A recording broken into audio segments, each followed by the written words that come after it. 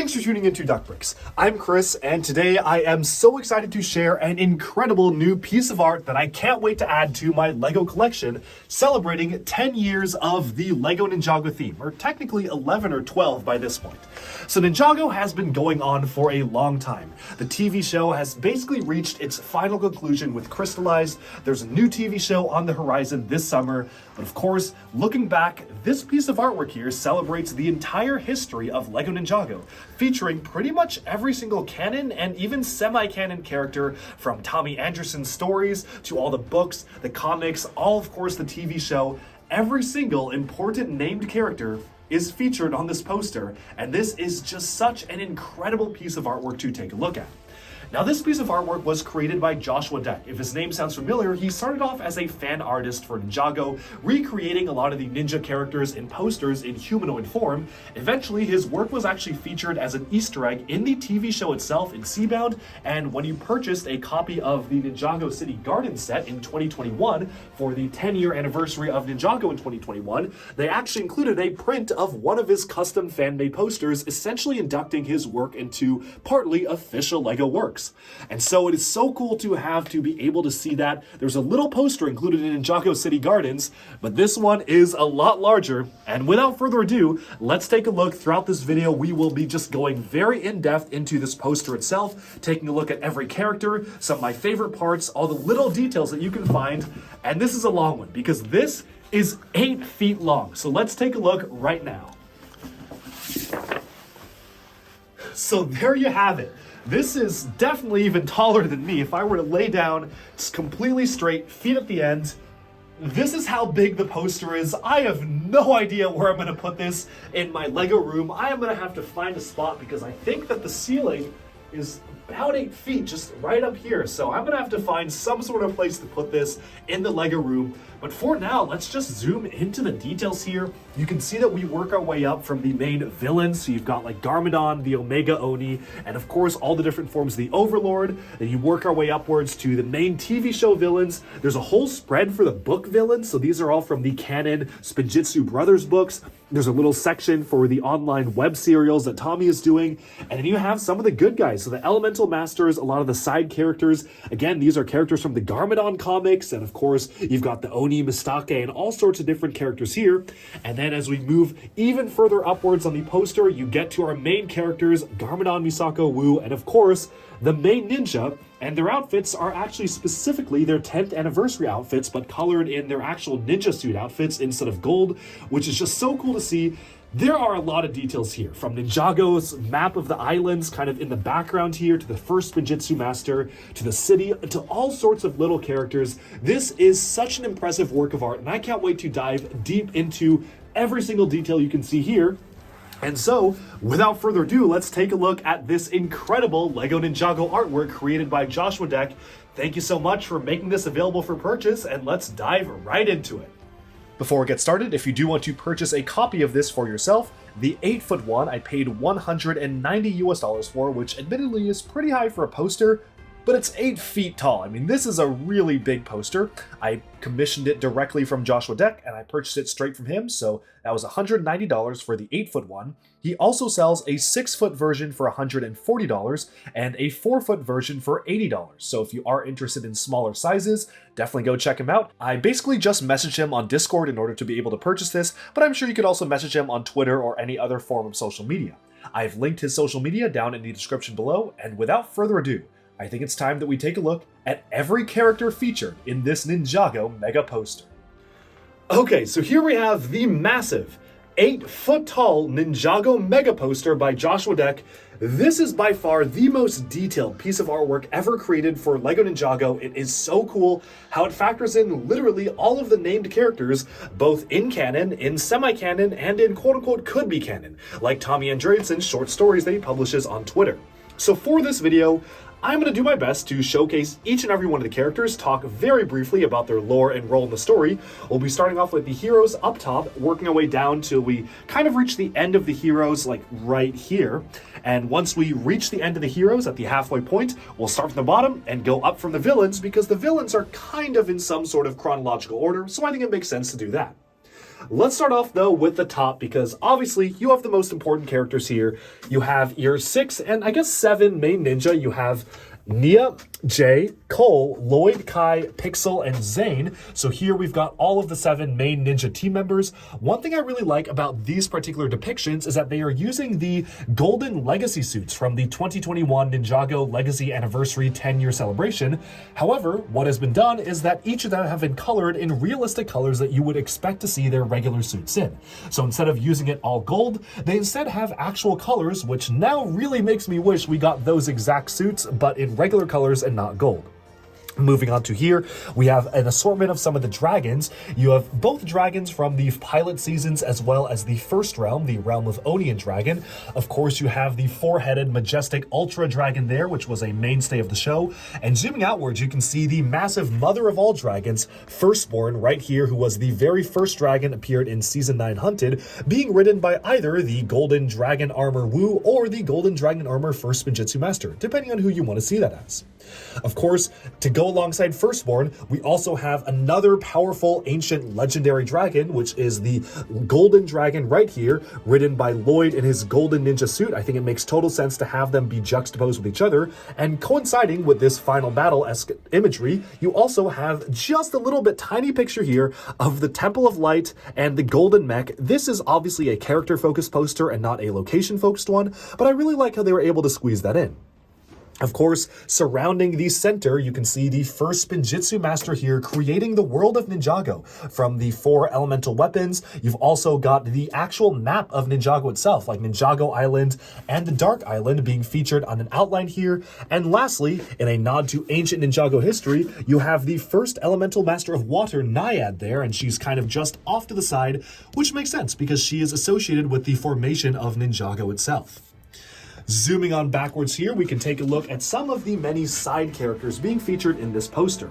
Garmadon is on here a few times, both in villain form and in regular form, but you've got the Sensei Garmadon and Misako there, of course together, which makes sense, Master Wu and his electric chicken on the side. And then we have a ton of different side characters, and there's a lot to see here. So we're going to start from here and work our way across. You have Cole's crew, the Upley from Season 13, Master of the Mountain. Twitchy Tim, you've got some of the denizens of the Shintaro Mountain, like the Geckos and Monks. You have Queen Vanya and one of her royal guards, which makes sense to include there.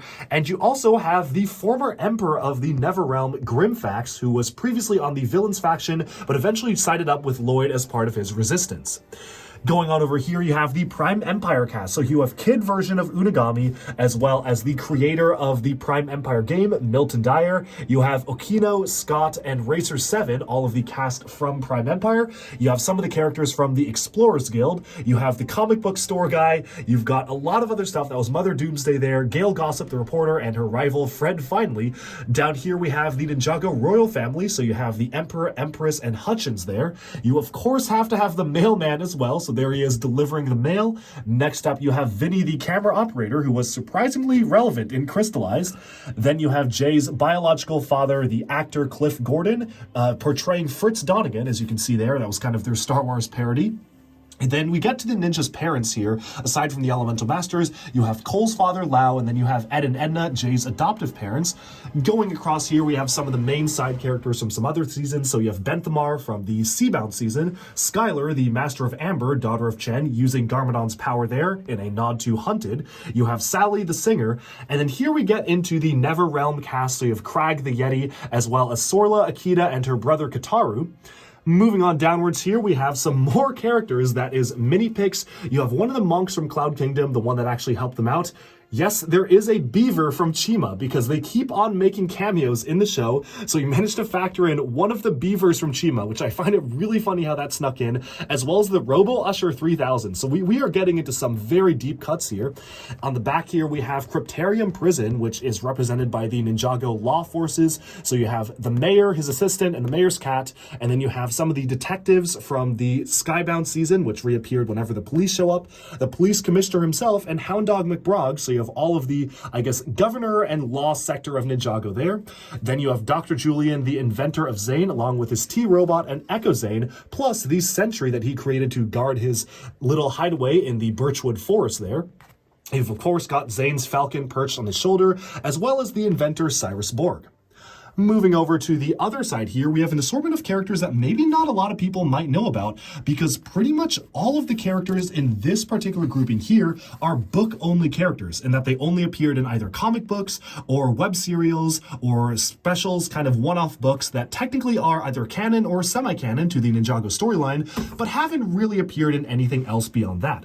Of course, I'm going to only name some of the most notable ones here. You have Soleil, the Phantom Ninja. She not only appeared in 2014 in a comic book written by Bionicle author Greg Farshty for Rebooted, but she also reappeared in the Way of the Departed online story being published by Tommy Anderson, Ninjago creator, on Twitter.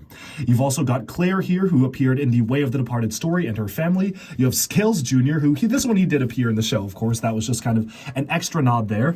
And then you have some nods to the Garmadon comics. So this is very small to make out, but this is actually the second time we're seeing Garmadon on the poster. And this is Garmadon in his Oni form, riding atop the massive bears of the forest. This was the storyline in the Garmadon comic book where he basically was able to lead the bears into battle against Lord Mogra. You have some other characters from the Spinjitzu Brothers series. These are all side characters that Wu and Garmadon interacted with in their younger years, so all of these are specific references to the books themselves, which is really cool to see even these being integrated in.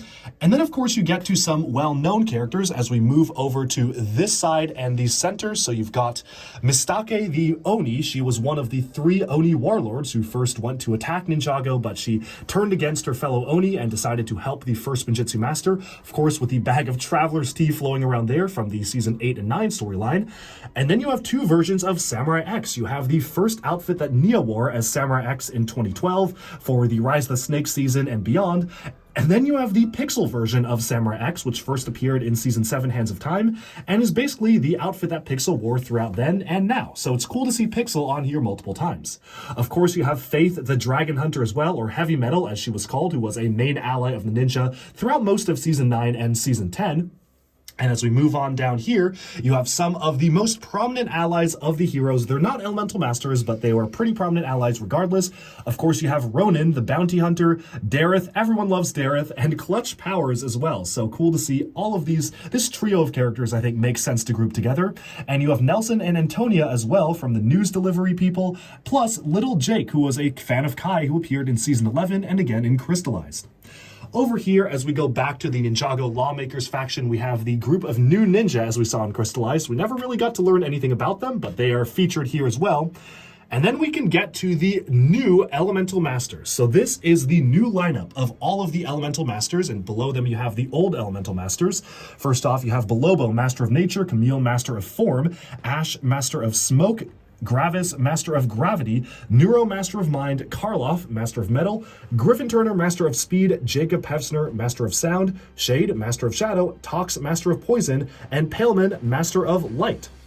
Those are pretty much all of the currently operating Elemental Masters. Some have served as adversaries and others have served as allies to the heroes. Alongside them, you have some major buildings. So you've got the Temple of Urjitsu, which was one of the main ninja hideouts. That was a pretty prominent one to get for the Master Yang type of stuff. And then you also have the classic Monastery of Spinjitzu. This has been a mainstay in the show for quite some time, so it's a very, very important building to get. Moving on below them, we get to our second row of Elemental Masters, and these are the old ones of the past. Most of them are long dead now, but some of them are still alive. You have Rei and Maya, who were the former Masters of Fire and Water. You have Jay's biological mother, the Master of Lightning, Libby Gordon, as well as the Master of Ice. We don't know his name. In fact, we don't know the names of many of these characters. One of the Masters of Gravity. This is an unknown master. We see him occasionally during the Serpentine War flashbacks, but Tommy Andresen has not confirmed what element he was supposed to be. Then you have Cole's mother, Lily, who she was wielding the element of Earth, as well as another element wielder of Earth. We don't really know what the correlation is between them. The backstory has not been revealed and probably won't be revealed, but we've seen 2 different Elemental Masters of Earth operating at around the same time period, so it makes sense to group them together there. Maybe they're related. We don't know. Next up, we have the former Master of Shadow, as well as the former Master of Gravity. And it's cool how you can see how their design started to influence what would eventually come into the more modern Elemental Masters of today. But with that, we have summed up all of the hero and ally characters. So pretty much everything from this point upwards were the heroes and allies.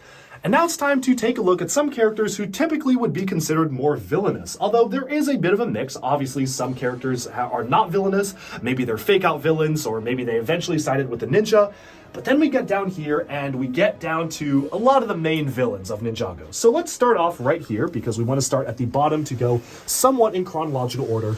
Here is the category of major threats. These are the big ones, especially the center ones here. You have the Vengestone Warriors from Crystallized with the floating Oni Temple. Really cool to see that crystal spike on the bottom there with the big purple crackling energy.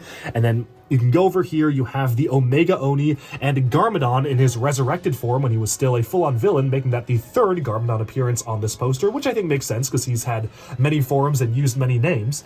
And then you have all the different iterations of the Overlord. The Overlord is the big bad of Ninjago. So you have his crystallized form here, you have his dragon form right here, kind of as he was evolving into a dragon, and then you have the physical form he created near the end of the rebooted series to terrorize Zane and the rest of the ninja. From here, we start going kind of chronologically. First off, you have the Skulkin. So you have the Skulkin King Samukai, who eventually was displaced by Garmadon, became their general. Cruncha, Knuckle, and Whiplash as well, or Cruncha, Knuckle, and Whiplash. Down here, we have the Stone Army, which makes a lot of sense because it is linked to the Overlord. And one detail I really like here is that you have, of course, the Great Devourer and all the Serpentine. The Great Devourer is here, but then the Venom drips down and forms the logo of the Stone Army, which makes sense because it was the venom of the Great Devourer that awakened the Stone Army, and it actually was the Overlord himself who corrupted the Great Devourer and turned his venom evil, which is how he used it to reawaken his own forces.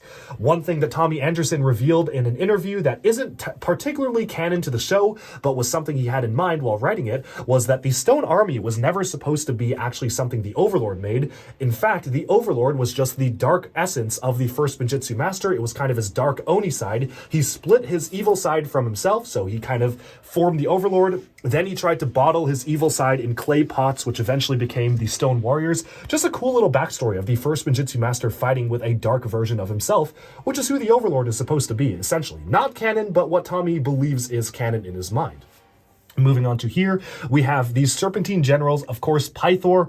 Kind of surprised Pythor didn't appear more than once because obviously you have the big white form as well, but this was the most iconic Pythor form from the first season, as well as the four Snake Generals, Scales, Fangtum, Acidicus, and Scalador there, so the generals of the Hypnobrai, Fangpyre, Constricti, and Venomari.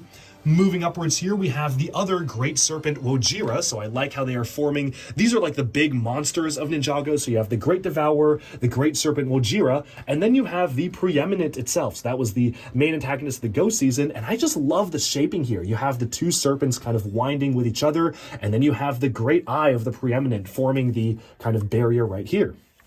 Moving on upwards, we start to kind of get a little bit of a mix of the villains here. So, of course, you have Klaus and Master Chen. Klaus appeared a lot of times in the Ninjago storyline. Obviously, he was just a secondary villain in the Tournament of Elements, but then he came back in Skybound. He came back for the Dark Island Trilogy. He came back for the Realm of Shadows live stage play. He came back for Way of the Departed. So Klaus is kind of a recurring foe, so it makes sense that he just keeps on coming back and is pretty prominent on the poster. Of course, Chen is incomplete without his chair with buttons to press, so I like how they factored that in.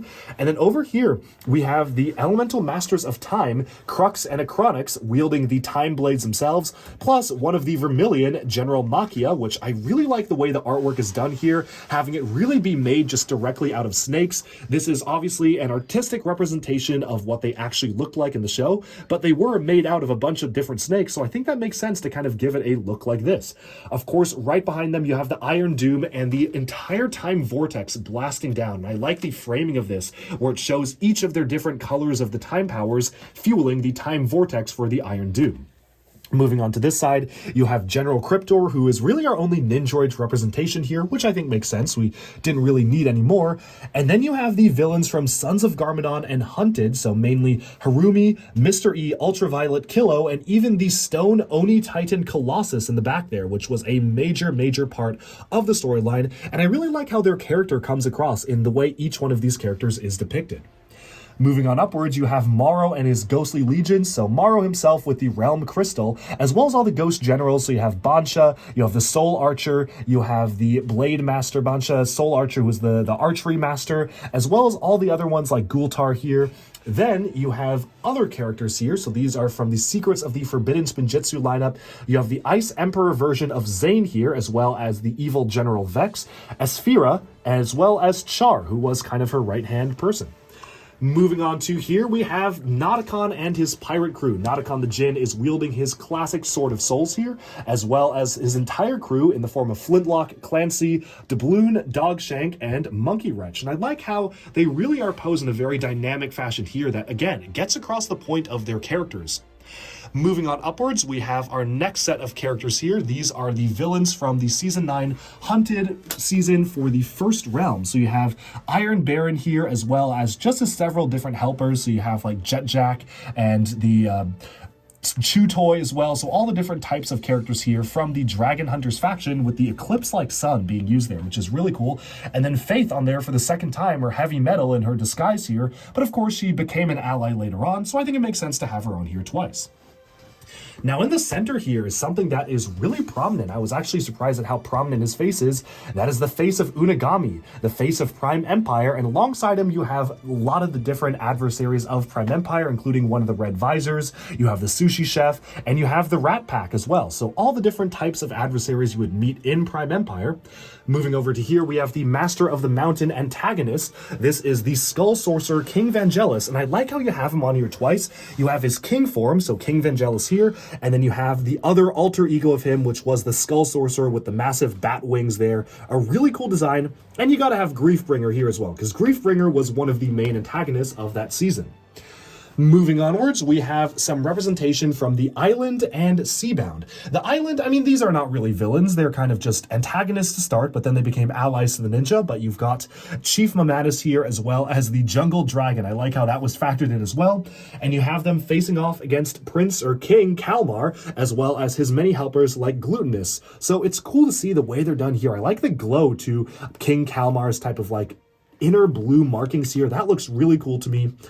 And then we start to get up to some final characters from the show. There is Fugidove, kind of a second-rate criminal. You have one of the characters from the Ninjago Legacy Reimagined series, which was like a black and white type of design, which showed this character facing off against the Fire Dragon, which was protecting the Golden Ninja. This is completely non-canon, but I like how they factor that in because this looks really cool being included here. You have Captain Soto, you have a lot of the other villains. Again, this was another one, Reflectra from the Ninjago Legacy Reimagined series. Not particularly canon, but it could fit within canon, at least fits a lot better than this one into canon, and as well as the actual kind of main person faring one of the Vengestone crystal supplies, so it's cool to see that. And of course, the Mechanic. You have to have the Mechanic here as well. The Mechanic really rose in prominence after being a throwaway villain introduced in Skybound, and it's cool seeing how he's depicted here. Lastly, we have our final row here, which are focused on book characters. So all of these are characters from comic books or the Garmadon Spinjitzu Brothers books. You have Lord Mogra here, who was the main villain of the Garmadon comic, and I really like how his wings are drawn. It almost feels like his are drawn out of like pencil type wings, which makes sense because he appeared in a comic book. You've also got a lot of the villains from the Spinjitzu Brothers series, which is still an ongoing series, so this will be incomplete until they actually release the rest of the books. But I like how you have all the main adversaries and villains here, especially the Puppet Master here. I really like the design of this character. This is easily one of the coolest Ninjago villains ever made. I love the way that this looks in general. You even have the two little puppets he's controlling there. Just a really cool villain design there. And finally, the last grouping here goes with Sensei Yang, who wasn't really a villain by the end, but he was mostly an adversary throughout Possession and Day of the Departed. For Way of the Departed, that's his representation there. That's why he's kind of with the book characters. And finally, we have a series of characters from Splinter in the Blind Man's Eye. So you have the Fenwick, who is the previous master of the Cloud Kingdom. We previously saw him back in Season 5. Off screen, he got half of his face ripped off, which obviously they can't show in the show, but they were able to show in the book. So it was really cool seeing that kind of face ripped off there by Nimbus, who is the monster that he now controls, his servant Yana, who he controls and eventually has killed, as well as his, I guess, brother or sort of co-leader, Quanish the Elder there, who appeared in Season 8, was mentioned a lot in Season 15, but really got a prominent role in Splinter. Lastly, we have an original creation that has yet to appear in Splinter in the Blind Man's Eye, but may appear in the future. This is Tempralis, who's kind of the main entity of the Cloud Kingdom and the physical embodiment of the realm. Hasn't appeared in the canon Ninjago storyline yet, or even the could-be canon stories, but I think it makes sense to include him because it's a really cool design. And I like how he has the different eyes glowing based on the colors of the Time Blades. And with that, we have summed up every single character, every single detail in this massive complete Ninjago poster. From top to bottom, this has been such a joy to pour through and look at the details. I am so happy I've been able to add this to my wall because this just looks so cool on display. Big fan of Joshua Deck who put this together. The artwork is absolutely incredible, and I love the way that it's actually set up. It isn't just a massive blob of characters. You actually have a lot of thought put into the blocking of them, where each characters make sense to put together, where certain things blend to another. The transitions between character groupings are really smart and really clever, and one of the most impressive things about this poster. Overall, I had a great time playing around with this, getting a chance to look at all the details, and let me know down in the comments below which ones are your favorite characters, what are your favorite different aspects of the poster to see here, and this has been such a fun ride. I am realizing now, one thing I forgot to mention are the Destiny's bounties up here. Obviously you can see them. You've got the first one from 2012, the newer one from Possession and Tournament of Elements. You have the movie style one, which a lot of people associate with the Oni trilogy, and then the reimagined Legacy one. And finally, I'm sure I forgot something, but I think I actually covered most things. That has been the entirety of the Ninjago massive mega poster. This is easily the ultimate Ninjago poster, and I'm so glad that it now has a place in my collection. Alright, and with that, we have summed up our look at this incredibly detailed piece of artwork. Truly a great way to commemorate the entire history of LEGO Ninjago. From 2011 to 2023, Ninjago is still going strong and is officially an evergreen theme, meaning that LEGO will not be discontinuing it anytime soon unless sales begin to drastically decline, which hopefully will never happen because Ninjago is a really great source of unique ideas and characters, and while the TV shows may not always land for certain seasons like Crystallized or whatnot, as a whole Ninjago has had a very positive impact on me as a LEGO fan. It's certainly one of the best original LEGO story themes they've ever done, definitely rivals the best one, which I think is Bionicle, and it's just such a cool way to celebrate the history of the TV show up to now. Of course, Ninjago's history is still continuing. There is a brand new show coming in the summer of 2023, so I would love to see maybe another 10 years from now, another poster of this size featuring all the new characters. That would be something really cool to see. And I can't wait. Now it's time to find a place for this in my collection. So if you have suggestions, let me know in the comments if you have any suggestions on where I can put this. And also, let me know in the comments, what have been your favorite characters to see in the poster? Was there anything that maybe you didn't see previously that you were surprised to see in it, like even the Chima beavers and whatnot? All sorts of fun Easter eggs there. I hope you've enjoyed this look at the massive ultimate Ninjago poster. Big congratulations to Joshua Deck for completing this absolutely insane piece of artwork. This has been literally years in the making. I believe he mentioned he was working on this like 5 or 6 years ago and just finished now, so it has been a monumental piece of artwork, and I'm so happy to have been able to add this to my collection. So thank you all so much for tuning into DuckBricks. Be sure to like and subscribe for even more LEGO news, reviews, discussion, and analyses coming away very soon. Thanks so much, and bye for now.